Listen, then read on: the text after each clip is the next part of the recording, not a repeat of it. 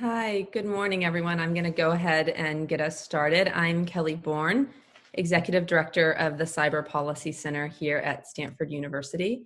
And for today's webinar, I am glad to be joined by colleagues Joshua Tucker. Josh is a professor of politics at NYU. He's co-director of the NYU Center for Social Media and Politics and a director for the Center for the Advanced Study of Russia. And I've known Josh now for years. You can imagine that particular intersection of social media and politics and Russia became quite interesting to many of us around 2016. We're joined also by David Lazar. He is a professor of political science and computer and information science and the co-director of the New Lab at Northeastern. And prior to that, David was at the Harvard Kennedy School as an associate professor of public policy there. And David, it's really great to see you again too. And then Evelyn Dweck, who is a doctoral candidate and lecturer at Harvard Law School, an affiliate at the Bertman Klein Center for Internet and Society, and is a regular contributor to The Atlantic and Lawfare. So Evelyn, thank you so much for joining us. Today, we're going to be talking about patterns and solutions to disinformation sharing related to COVID, but also more broadly. But first, before jumping into that, just a bit of background on the center for those who aren't familiar. The Cyber Policy Center at Stanford, our research and teaching focuses on digital technology at the intersection of questions around security and geopolitics and democracy. And our work is really intended to inform the policy agendas for governments, corporations, civil society, and academia globally when it comes to these questions of how best to govern digital technologies. Today's webinar is an extension of what had been in-person lunch meetings before we went into shelter in place.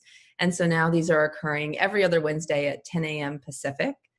And all of these webinars really focus on thought leaders from across the country. We've been looking a lot at questions around digital technologies and COVID because there is so much research coming out on this topic. And it poses really important questions, but also because I think many of the vulnerabilities in our digital systems that we're observing under COVID and many of the types of actors we see exploiting these systems have really great relevance for questions far beyond COVID. And so while we're touching on questions around the coronavirus, we're really keeping our eye on the long game for all of these. Today, we're going to talk a lot about the social media platforms. I think we've all seen these platforms responding quite differently to disinformation related to COVID than we saw them responding to political disinformation. We've seen joint efforts across Facebook, Twitter, Google, Reddit, and elsewhere being announced. We've seen all of the platforms reducing human moderation and moving to an increased reliance on automation. We've seen Facebook taking down hundreds of thousands of posts. In March alone, I think they displayed fact check warnings on something like 40 million posts related to the pandemic, and recently announced that they are now individually alerting users who have engaged with debunked myths around COVID. We've also, of course, seen Twitter now applying fact checks to elected officer, the president of the United States, the Brazilian president. And we've seen evidence of minority communities in particular being impacted by much of the disinformation that's being circulated. So I think there is much to discuss here, and this has been in the news quite a lot lately. So really glad to have you joining us. I'm going to start today with Josh Tucker. Josh is going to explore which types of readers are most susceptible to quote unquote fake news, whether crowdsourced fact checking by ordinary citizens actually works, and whether it can reduce the prevalence of disinformation online. Then we'll turn to David, and David will ask you to explore patterns of misinformation sharing that you've been observing in your latest research. And who's sharing what types of information. Would love to hear how this has varied over time and how much you actually think is out there and circulating. And then Evelyn, would love to turn to you to get your take on how the social media platforms are responding, how their responses under COVID really differ from how they've addressed political disinformation, especially as we go into this election cycle, and then what we think the platforms could be doing better. We'll save 20 or 30 minutes at the end for Q&A, so we'd really appreciate it if folks want to add questions to the comment section, and I will do my best to moderate those while also engaging with you guys myself. So Josh, with that, I'll turn it over to you. Thanks. Great. Thanks, Kelly. It's a real pleasure to be here today, or so to speak, be here today. And I'm going to be talking about a large ongoing project that has some new components to it related to COVID, which I'll get into at the end of the talk.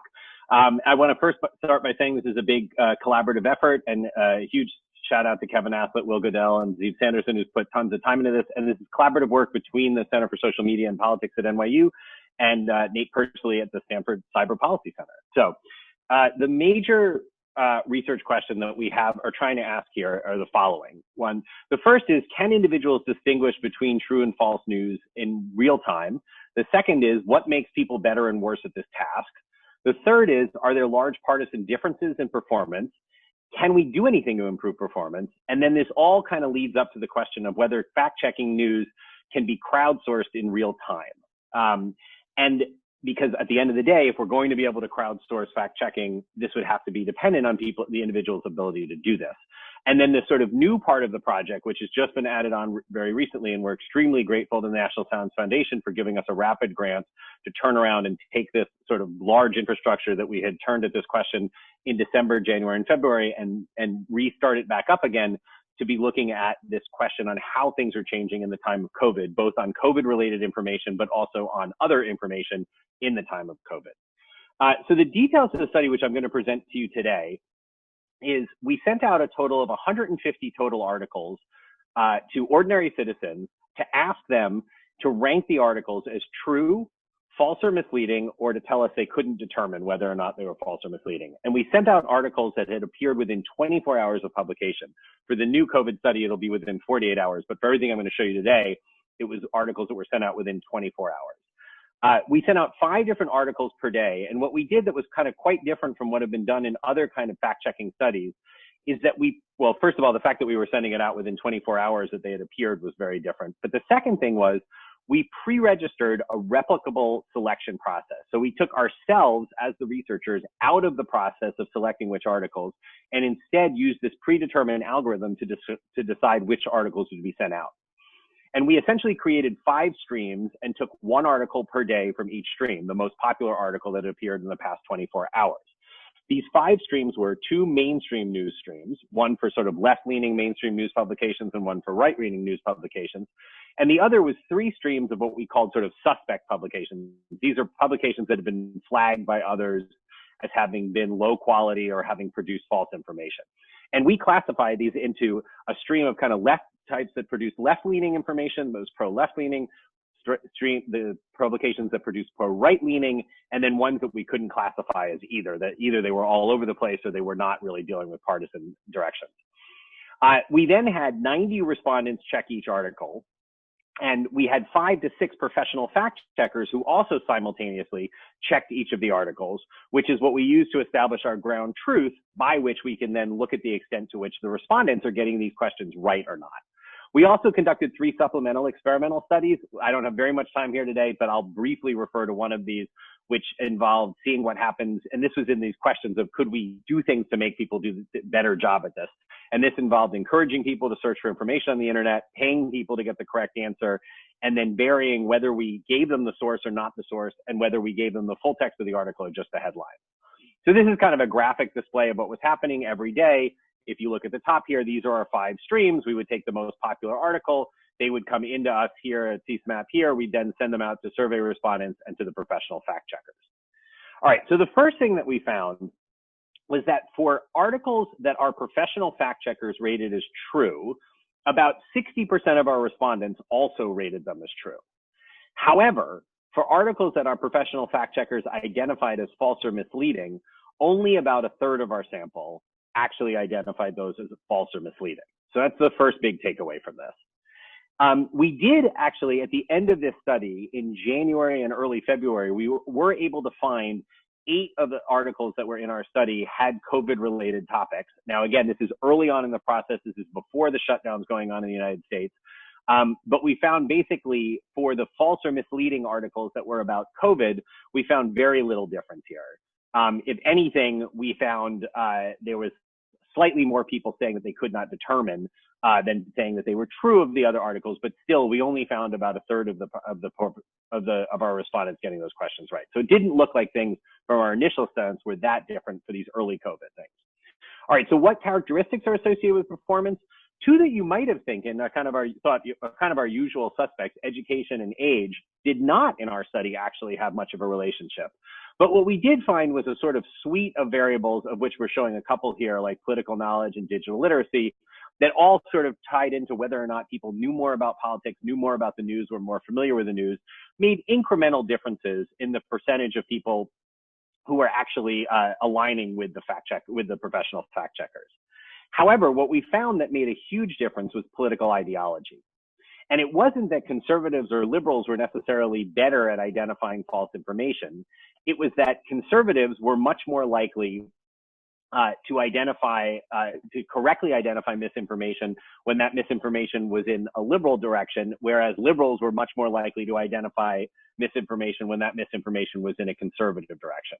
So there appears to be a sort of big partisan screen towards your ability to correctly identify misinformation. And when the misinformation is incongruent with your partisanship, you're less likely to be able to identify it correctly as being false information. As I mentioned before, we ran these experiments, and what we found was that when we actually sent people out to look for information in the internet, they were more likely to correctly label true articles as true, which strikes us as a good thing. However, it also turned out that they were more likely to identify false articles as true. So it strikes us that there is something about this process of going out and searching for information that has this kind of confirmatory bias to it, that if you go look for information, you're more likely to find something that makes you think what you have is correct. All right, so why do we care? Well, obviously, in the current age where we're very concerned about this question about what's happening, how people are interpreting news in this modern digital environment, this is the basic scientific questions that are of great importance. But we also found, and take this with a grain of salt, it's self-reported, but we did ask people if they were likely to share an article that they had read on social media. And we found that for people who ranked the article as true, they were more than three times as likely to say they were willing to share the article than for people who ranked it as false. Again, take it with a grain of salt, but we do have close to 18% of people here who, after having said they thought an article was false, still said they were likely to share it on social media. All right, so part of why we're doing this is we want to understand the basic science in this modern digital age of who can correctly identify false information, and in particular, who is fooled by false information and thinks it's true. But there's also this move now to try to see if we can deal with the shortage of professional fact checkers, and that we think of the shortage of professional fact checkers both in terms of in a country like the United States, at times of the elections, there may be shortage of professional fact checkers. At a time of COVID, when there's this huge increase in it, there may be shortages. But we can also think of this cross-nationally in that there are countries that don't have professional fact checkers. So there's this question of whether or not we can actually crowdsource fact checking. And so that's a major motivation behind the study that we're doing here. And so one of the big things that we're doing is because we have 90 respondents, we can simulate all sorts of different sorts of crowds. And so this just is a tiny piece of what we're doing here, but to give you a sense of what we're doing, what we've done what this particular figure shows is that when we take the ground truth from our professional fact checkers as the mode of the fact checkers, so we take the mode of what the fact checkers say and we say, okay, if the fact checkers say that this is a false article because the mode of the fact checker's response is false, there are different aggregation rules we can use with the crowd to try to figure out what the crowd would label it. So we could take the mode of the crowd. We also could take the crowd at its face value and say, well, when people say could not determine, they really can't determine. So let's drop those people out of our crowd and just look at which has the majority between false or true. The other thing we could do, which is the green line here, is that we could say, well, anything that when people are saying could not determine is suspect. So maybe that means it's possibly something that's false. And so what you see here in this figure is sort of two things going on. One is we're comparing these different rules of decision-making rules for aggregating the crowd. We're comparing whether we use the mode of the crowd or the majority between people who said true and false, or we assume that these could not determine people are really, we're going to call them false people. And then we're looking at different size crowds and seeing if we sample lots and lots and lots of these different sized crowds, how often do they match the professional fact checkers? And what we find is that, you know, it's all between about 50 and 60% of matching the professional fact checkers. And this is on false stories. And and we see very little difference between a couple of our rules, a little bit of difference between our rule here when we look at these could not determines. If we put the could not determines into false, we seem to be doing better. We seem to be doing worse than the other two. Interestingly enough, we also seem to get a lot of our purchasing power just from increasing crowds from about 1 or 2 people to about 4 people. And then there's minimal improvement from going up to 25 people. So that's actually kind of encouraging. However, what you miss from this is that although we're matching the sort of percentage of correct that we're getting here, and they're sort of fairly similar to each other, we actually have a real big difference between trade-off between precision and recall. So for example, when we use the mode of the crowd, simply just the mode of the crowd, we lower our level of false positives, but we have a pretty high false negative rate. When we have a lot of things that we are going to say the crowd says is true, but actually is not, the professional fact checkers have not said is true. On the flip side, when we use the could not determines as false, well, we really reduce our false negatives. There's very few that we say are not, that the crowd would rank as not being true, that our professional fact checkers said were not true. But we get this very high level of false positive where the crowd is ranking lots of things as not true that our professional fact checker said. So this is one of the biggest things that we need to unpack, is to understand these trade-offs between these different decision-making rules. We've also, the alternative, of course, is that instead of using these simple decision-making rules, like take the mode of the fact checkers, or, you know, or something along the mode of the crowd, or take the mode with the could not determine something dropped out, we can also use machine learning models. And this is, we're sort of very preliminary results, and we're beginning, you know, we're sort of deep into doing this right now. But the bottom line on this here is that if you use the machine learning models, it does appear that the accuracy goes up compared to using these simple rules that we talked about, as one might expect. What's encouraging, and is not shown on this chart, is that both precision and recall both improve. So both false positives go down and false negatives go down. But there's a major cost in transparency, right? It's very easy to say, we sent this to 5 people and we're going with the mode of what those 5 people said, the most popular answer. Machine learning, you can't explain how the machines are actually making these decisions. They're just coming up with these labels. So I think that's something that's a big thing that's worth thinking about. All right, so to sum up the research questions, can individuals distinguish between true and false news? Not as well as we would like. What makes people better and worse at this task? Things like political knowledge, institutional trust, digital literacy. There are large partisan differences. What can we do to improve performance at the individual level? Paradoxically, it seems not asking people to search for confirmation is probably a good idea. And in results we didn't show here, there was a little bit of benefit, but not nearly as much as we had hoped for paying to reduce for ideological bias. Can fact-checking news be crowdsourced? There's still a lot of work that needs to be done with this, but we think it has some potential.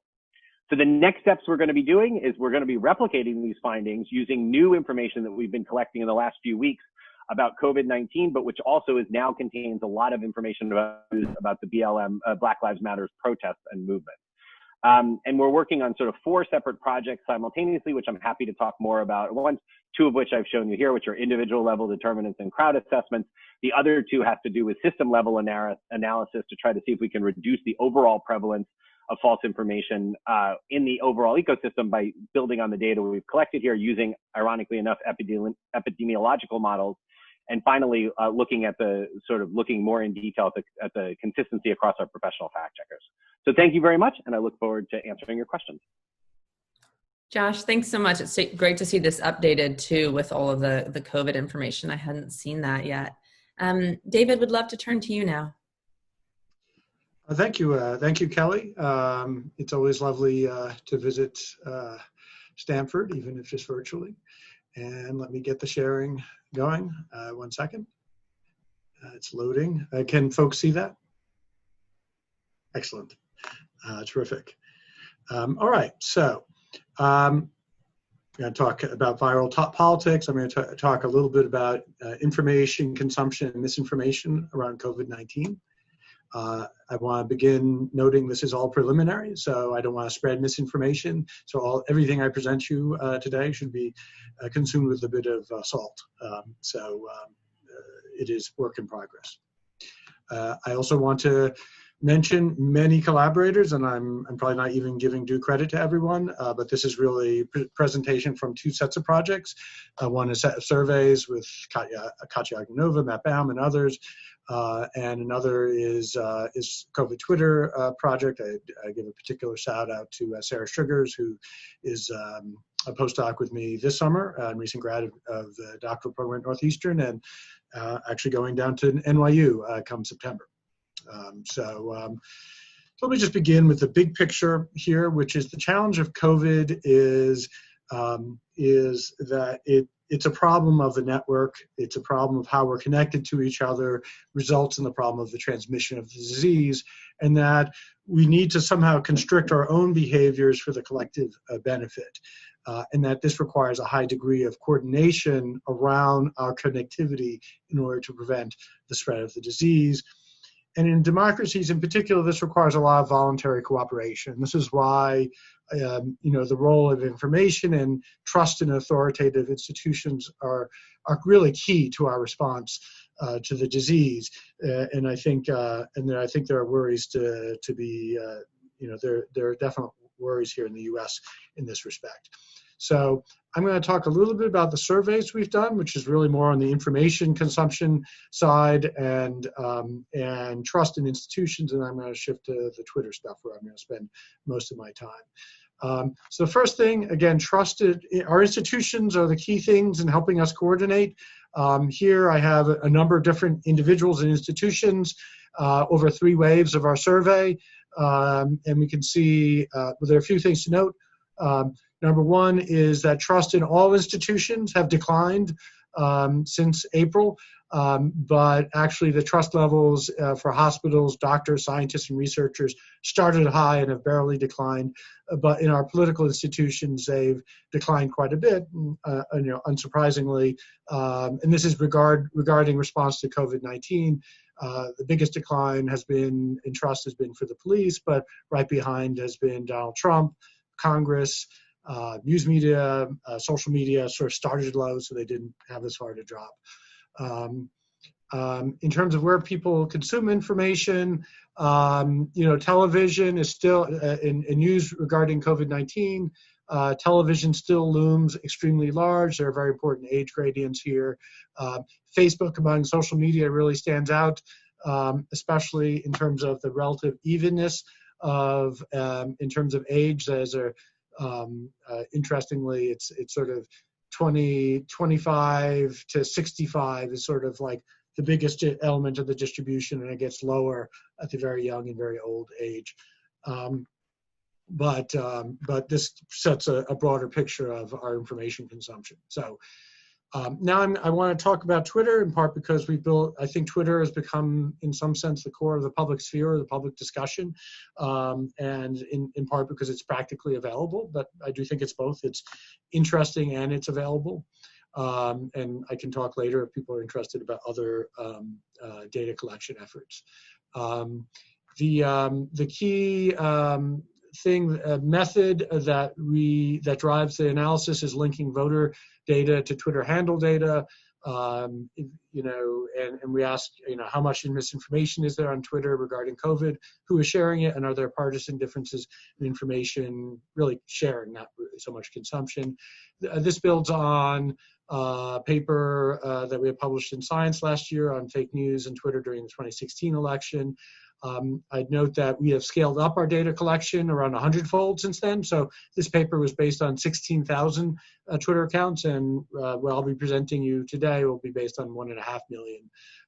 And I'm not going to get into the methodological details, but the key element here in linking is that it looks for names that are geo-unique in both Twitter and the voter data. So I'm the only David Lazar in Massachusetts, and I'm also the only David Lazar in both the voter data and the Twitter data. Thus, we would determine a connection in my case.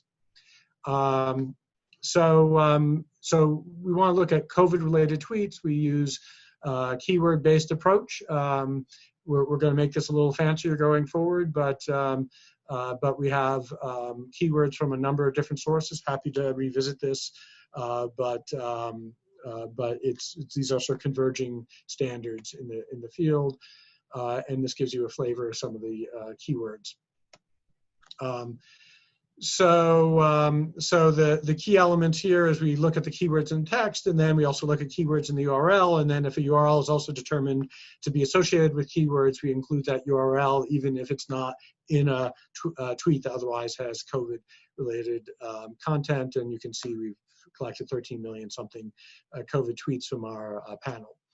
So what are the aggregate trends?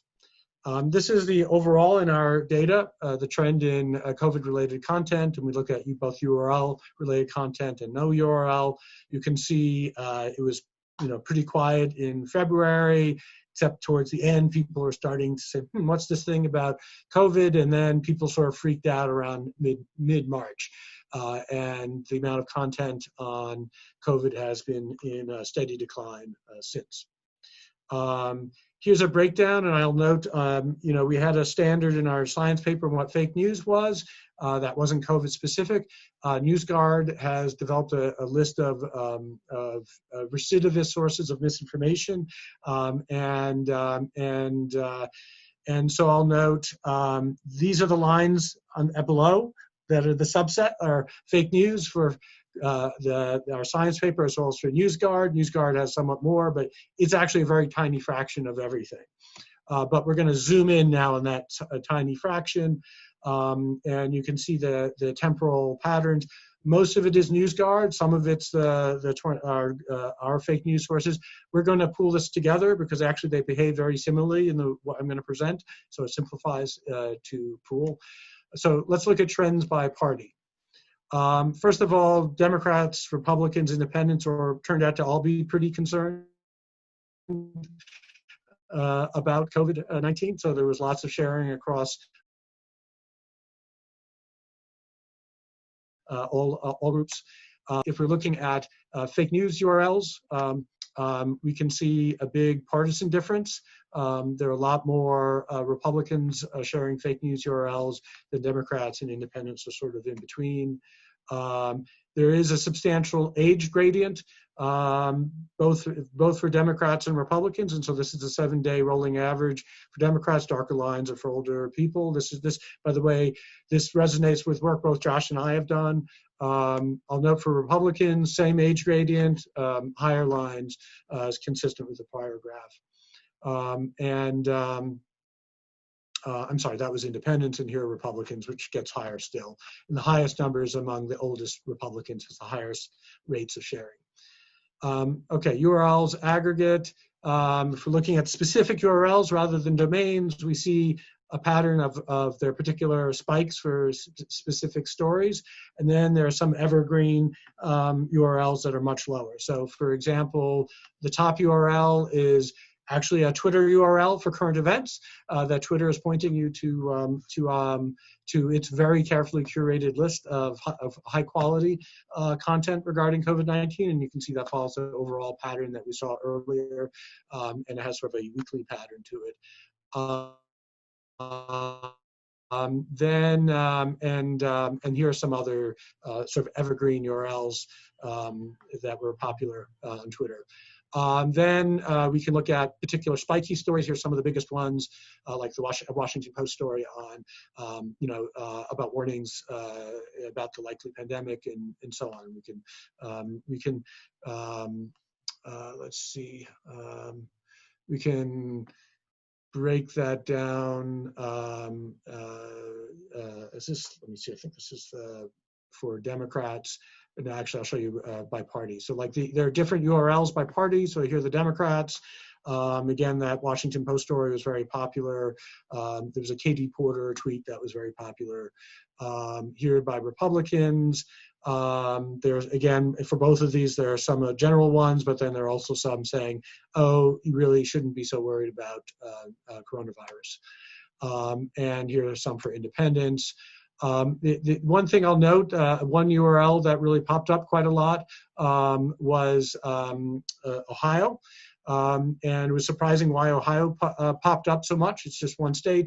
But it turned out that the Ohio government really had a very aggressive information pushing of its state website, where the governor and the health agency kept on pushing information with links to the coronavirus ohio.gov site. So there's an interesting story here about the government proactively using social media to push out high quality information. Top domains.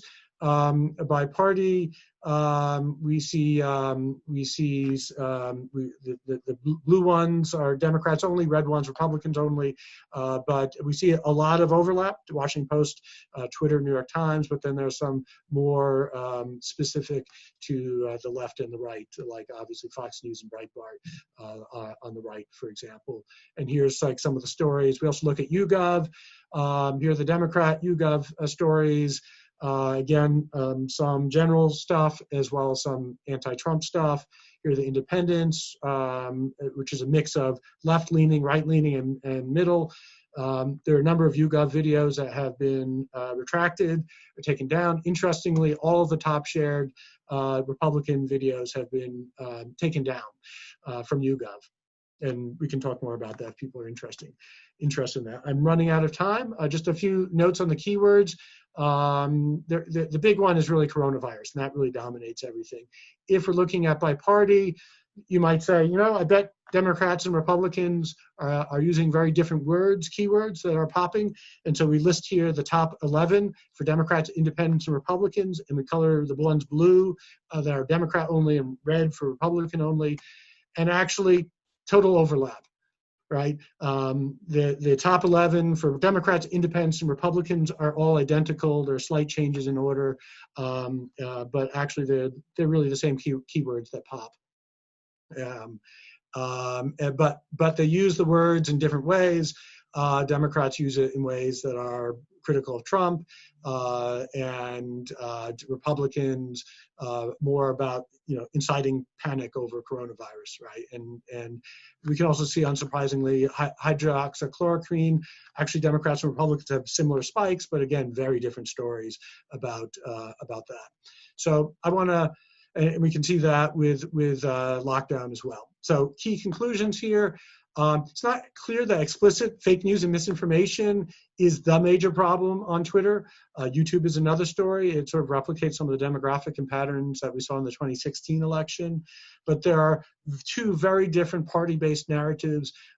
Really, Republicans and Democrats are separated by a shared language, if I could paraphrase the quip regarding the U.S. and England. There's some partisan separation of domains, but there's a much bigger one in terms of the stories. And I think those different stories are going to stymie our societal response to COVID-19. And I have other data on behavioral responses and so on, which are pretty troubling about the partisan splits in how we're reacting. But here we see a lot of the informational undergirdings of that. So with that, I thank you all for patiently listening, and I'll stop there. David, thanks so much. And, you know, given all that we're seeing, Evelyn, with disinformation around COVID and more broadly, I'm really curious to hear, you've been writing a lot about potential interventions and commenting on how the platforms have been handling this situation, and would be curious to hear what your latest thinking is. I apparently can't share my screen while David's still sharing, so. Here we go, great. Excellent.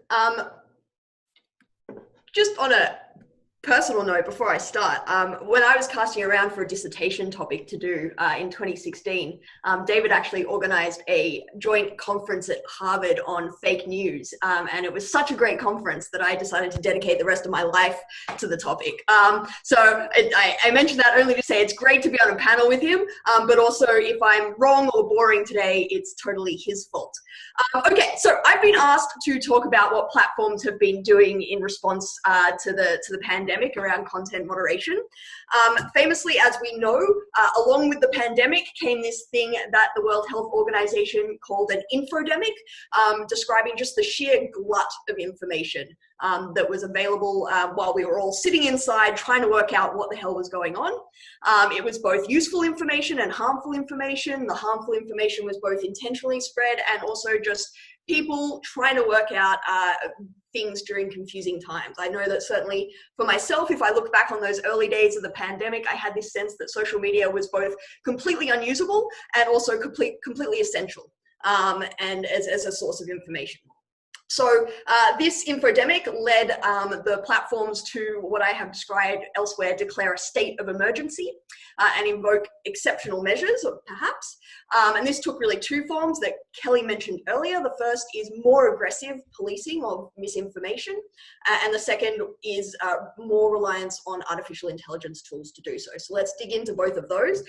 First of all, aggressiveness on misinformation. Now I'm going to focus on the three major platforms here: Facebook, YouTube, Twitter, for obvious reasons, but I think that this also does reflect a broader trend across the industry. Okay, so here's Facebook. It has a blog post that it's updating throughout this crisis, keeping people safe and informed, with a long list of the kinds of misinformation and harmful content that it's restricting during the pandemic, and its reliance on authoritative sources of information that it's also going to promote more authoritative information as well. Here's Twitter's broadening definition of harm, the apocryphal free speech wing of the Free Speech Party. I know that they don't like that, but here's this really long list of kinds of misinformation and disinformation that they're now taking down. YouTube was a little bit slower out of the gate. This policy didn't come up until May 20, but nevertheless, here it is. Again, another really quite expansive policy around the kinds of information that they will be removing. Now, you may be sitting there thinking like, well, duh, of course they're going to be removing this kind of stuff. In the middle of an infodemic and a pandemic, it's literally an emergency. This is like what we should be doing. And I just want to say, like, it's hard to overstate the shift here and how different this is for a lot of us that have been watching this space for a while, especially from the early days of the internet, but even over the past few years, this is really quite a dramatic shift, from the we don't want to be arbiters of truth to we're going to get our hands dirty and step in here. And what's more, there was sort of this feeling from both the platforms and society that that's exactly what they should be doing. That's exactly the role that they should be playing. And that's quite a big shift. Okay, so they roll out these really big policies, and at the same time, they're doing it just like everyone else. Everyone has to work from home, and for various reasons, it's not so easy for these armies of content moderators that they normally employ to do this work to work from home for logistical and safety and security reasons, and so they had to rely on their artificial intelligence tools more than normal. Now, then this remarkable thing happened. For years, those of us in this space have been watching these platforms tell us that these AI tools are going to be a panacea and they're going to solve all of our content moderation problems. And then suddenly, when the spotlight was on them, we had these remarkably candid statements from platforms about how it's going to go down. So here's Facebook. As a result of relying on our AI tools more, we're going to make more mistakes and our reviews are going to take longer. Here's YouTube. We're going to remove more videos than normal, including some that just don't violate our policies. And finally, here's Twitter. Our tools lack the context that our teams bring, and so we're going to make more mistakes. And all of the researchers in this space is like, yes, that's what we've been saying. So it was nice at least to have those candid acknowledgements. Now, this was in the early days of the pandemic, and the reaction to this was like really quite positive. Everyone was like, cool, aggressive enforcement, more mistakes, that's totally fine. We understand that you've got to do this. And I'm waking up to headlines declaring that the techlash is over. And I'm sitting there going, no, we'll just wait and see. And sure enough, the honeymoon period was very short-lived. The techlash, coronavirus has not killed the techlash. So I'm going to dig into two examples, but I think that these are sort of, again, broadly indicative. So on those two two vectors of whether this is exceptional. So the first, let's take the possibly going to be one of the defining examples of misinformation and purposeful disinformation during the pandemic, and I'm sure there will be many dissertations written about this particular video in the years to come. So this is an example of why that balancing exercise of defining harmful speech and what to do about it is difficult, and how relying on authoritative sources runs into problems. So this was a conspiracy video, Plandemic, widely debunked. It went wildly viral over the course of about 3 days, and it included an unsubstantiated plot about how the elites were using the pandemic to grab power. The problem was, first, that it takes time to fact check things, and it didn't sort of get fact checked until miles after it had gone viral. Here's Taylor Swift's video down the bottom here, and this is Plandemic up the top here. So, you know, it really went very far, very fast. And one of the other problems that was hindering platform responses here was one of the most harmful claims in the video involved using masks, and whether using masks was helpful or harmful. And that's an area where the authoritative sources that platforms are trying to rely on to give them the rules have not been as clear, and sometimes have been positively harmful in sort of getting the messaging out about what to do around that. So it turns out this like expanded definition of harm is difficult to define in practice. Furthermore, there's also sort of this problem of like what kind of response is best to take. So the platforms by and large didn't nuke this video from existence like they have in other cases, like for example, the Christchurch video. What they did was any that included the specific harmful claim about the mask they took down, but other ones where it was just sort of contextual claims, they did things like add fact checks and demote rather than take it down. And that, I think, is an interesting response, and perhaps an important one, particularly when you think about part of the narrative in this video is that the global elites are trying to control the information flow, and that there's a conspiracy theory around that. And so it's interesting to think about, you know, platform responses, whether they are going to be fueling that kind of narrative as well, if they take the most expansive kind of censorship measure. All right. Second, on the errors, which we were all like totally happy to accept in the abstract at the beginning, like, sure, yeah, more errors, go for it. Turns out not so happy in the particular. So for example, there was this mask ban that Facebook, mask ad ban that Facebook rolled out early to try and stop people exploiting the crisis. And then there were examples of both over-enforcement and under-enforcement. So Facebook also took down volunteer mask makers that were just trying to help their neighborhoods by making masks. And they also missed some ads from fraudsters and people trying to exploit the crisis. And they get slammed for that. Even though sort of in the abstract, we were sort of thinking about mistakes as a reasonable price to pay, in the particular, not so happy about it. My thesis is that these two problems, like the difficulty of defining harm and the deciding what kind of mistakes we want platforms to make, because of the scale, they just can't have perfect enforcement. I mean, they can certainly do a lot better than they're currently doing. Those are essentially the problems that we need to work out how to talk about every single day. These are just heightened examples in the context of the pandemic, while we're all sort of having an especially sharp eye on it, and no doubt we will continue to do so in the context of the election as it comes up. So that raises the interesting question, which is what people immediately started asking. Hey, if you're cracking down so hard on misinformation and disinformation in the context of the pandemic, why don't you do this all the time? And why can't you do this all the time? And I think that this is going to be one of the major conversations that we need to have and will be having in the months going forward, as we sort of hopefully emerge from this state of emergency in some sense, and we talk about the election and other sort of just general how these platforms should operate as a going concern. So the open questions that I think we have to answer are, how effective have platforms been at sort of detecting and weeding out misinformation and disinformation? We actually don't know. We have no idea, and we need the data. I think that there needs to be like some sort of like worldwide, commission about what actually happened during the infodemic, and we need lawmakers to pass laws to get us access to data. David was talking earlier about Twitter, and that we can do that kind of study because the data is available. But we also need that information about these other platforms, and it's really hard to solve a problem that we just don't even understand, or if it even is, as big a problem as it kind of seems. So that's the big open question.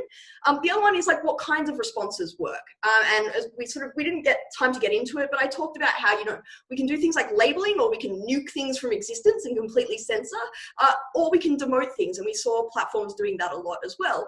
And we actually don't know empirically what works the best, and our responses in this space should be empirically informed. We've seen a lot of sort of counterintuitive empirical findings that I'm sure David and Josh can talk to much more intelligently than I can, but our responses in this space really do need to be informed by those. And finally, this big question that, you know, is sort of essentially what I think about all day, every day is like, how do we apply these kinds of responses in this to things like political misinformation? I personally think that they're very different, and I think that we do need to draw a distinction between the two. And I would be very hesitant to overlearn the lessons of the pandemic. That, you know, oh, platforms can do this, so they should do it in all particular space, all across all kinds of content. In particular, because we don't know how effective they've been at it. But, you know, we can talk about that more if we have time. So that's basically me. Great. Evelyn, thank you so much. And I would love to underscore one of those last points you made, which is that we need the data. And I think that has basically been my mantra since the beginning of all of this, and have worked a lot with Josh and David and others on that. But I think if there's one thing that we can all get behind, it's this need for more empirical research, to your point, to really understand what works. Okay, we have 10 minutes left. I have so many questions that I would like to ask, and also we'll take some from the audience as well. So I'm going to ask if we can do kind of a lightning round of 30-second to 1-minute answers for each of these, so that we can get to as much as we can. And I'll start in the order that you guys presented with my main questions. So Josh, I want to start with you. Took a lot away from the crowdsourcing conversation. And I think we've all wondered, okay, it takes 5 minutes to create a lie.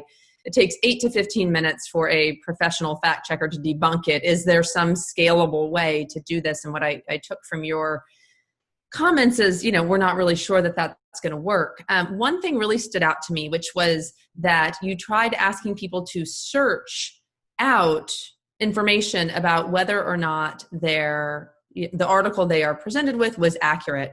And that actually made things worse, not better.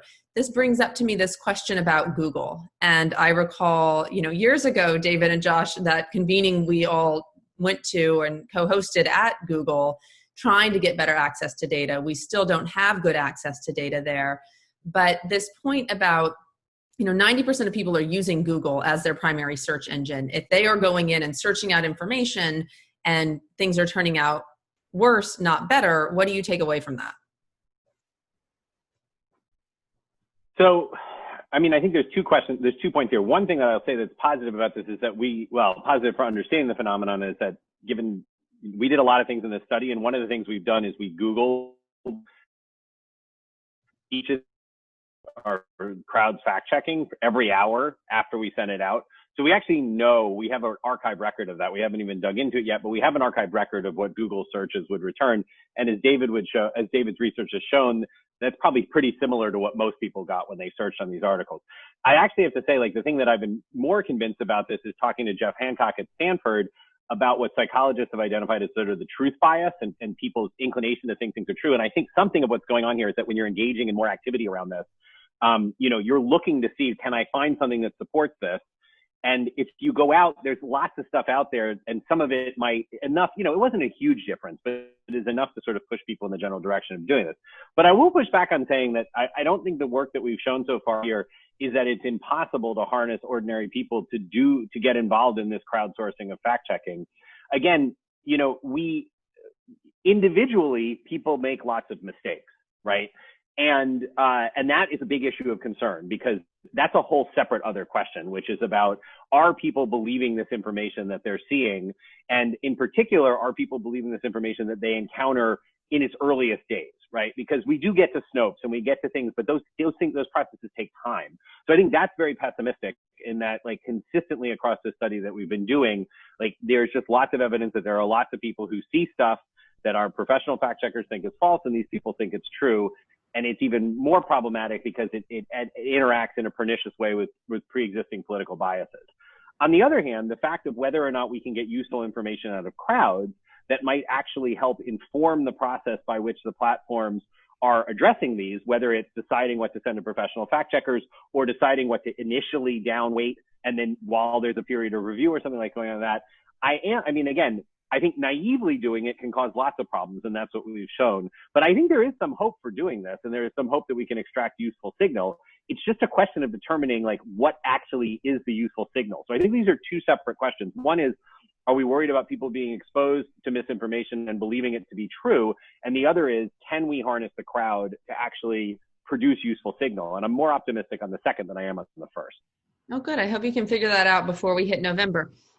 So, David, a question for you. It looks like you have a follow-up here. I know we have 5 minutes left, but in your follow-up, can you also touch on, this point about older conservative, and I believe it was males, tending to share more disinformation? Josh, I know you found the same thing in a study that you did on Facebook. I'm curious to see, David, what you take away from that in terms of both why that is and what we should do about it. Okay, so let me give a very quick follow-up to Josh, and then shift on to the demographic thing.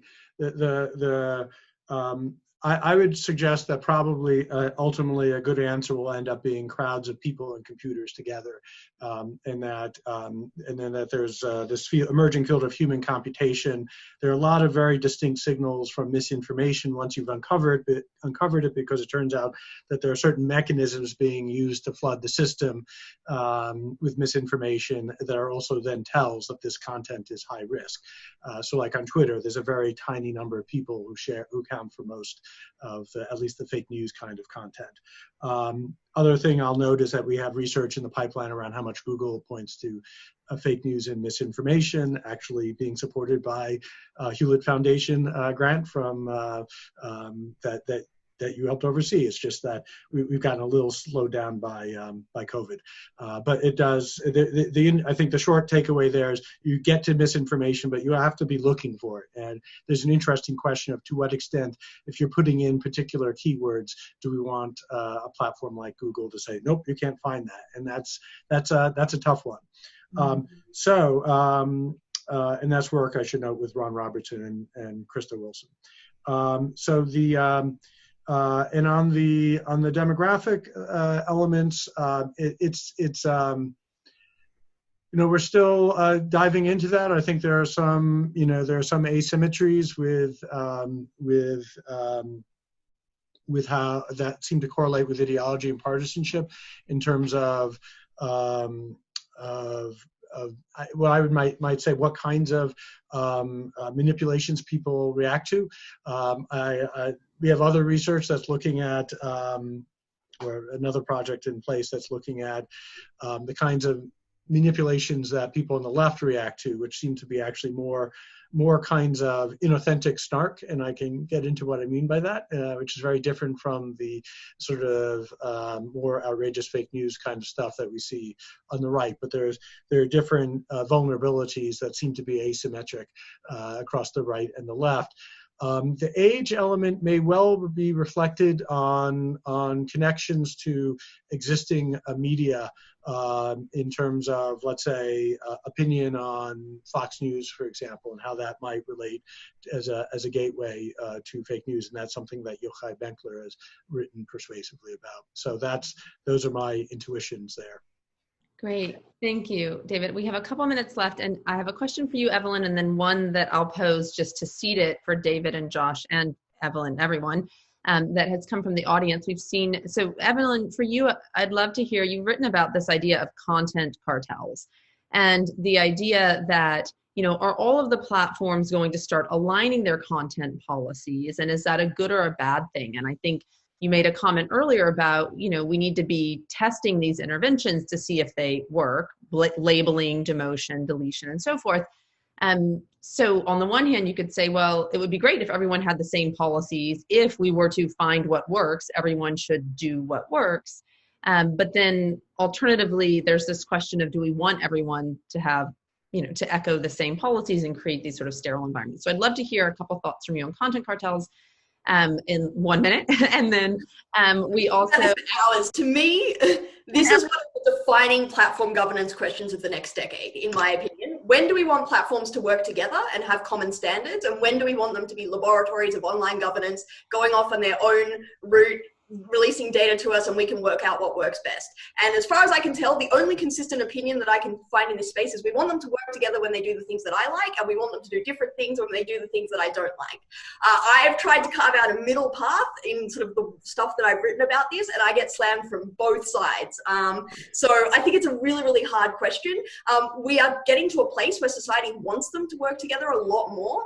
And, you know, we saw at the beginning of the pandemic, they all released this joint statement that they are working together and they're working with governments, and, you know, but there's no details. We don't know what's going on in these collaborations. If you're nervous about them being arbiters of truth and, you know, about governments controlling what is true and false, these kinds of like completely opaque collaborative structures should make you, I think, more nervous. On the other hand, information sharing can be absolutely crucial to finding and detecting disinformation. And in particular, you know, bad actors don't view the internet platform by platform. They view it as a cohesive ecosystem. And so I think effective responses are definitely going to need collaboration in some spaces. So the middle path that I'm trying to carve out, and I don't have time to go into, but is basically I want a lot more oversight and transparency around what's going on, rather than these sort of like, yeah, we're working together and we promise it's really great. And sort of making sure that there's rights protection built into those structures. Yeah, I think that's exactly right. And again, it always comes back to this question of transparency and what do we know about what's going on.